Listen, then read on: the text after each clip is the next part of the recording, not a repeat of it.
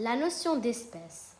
Une espèce est un ensemble d'individus qui se ressemblent et qui sont capables de se reproduire entre eux, et dont les descendants peuvent aussi se reproduire entre eux. La diversité des espèces est de la base de la biodiversité. On identifie des espèces grâce à une clé de détermination utilisée par les critères morphologiques. Mais comment fait-on pour classer des feuilles? C'est très simple. Prenons cette feuille que j'ai dessinée par exemple. C'est une feuille simple ou une feuille composée? C'est une feuille simple. Est-ce qu'elle est opposée ou est-ce qu'elle est alternée? Elle est alternée. Est-ce qu'elle a un bord denté, un bord lobé ou un bord palmé à 5 lobes? Elle a un bord lobé. Ça veut dire que c'est un chêne et son fruit c'est le gland.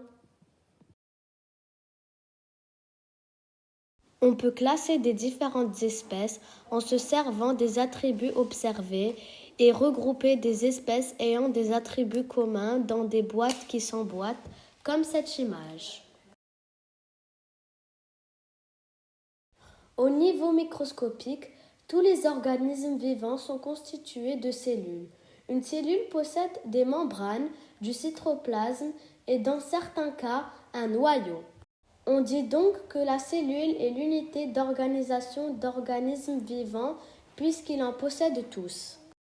Certains êtres vivants sont constitués d'une cellule unicellulaire, exemple les bactéries.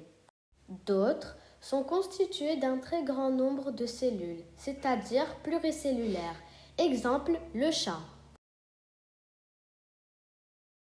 La découverte de fossiles d'êtres vivants dans les roches relève que les espèces n'ont pas toujours été les mêmes sur Terre. Au cours de l'histoire de la vie, des espèces ont disparu et de nouvelles espèces sont apparues.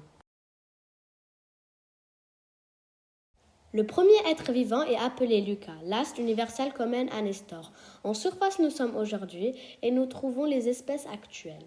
Une branche qui s'arrête avant la surface signifie que l'espèce a disparu. Le long d'une branche depuis il y a 3,5 milliards d'années, des êtres vivants se reproduisent. Ils ont des petits, leurs petits font des petits et ainsi de suite. On dit que leurs générations se succèdent.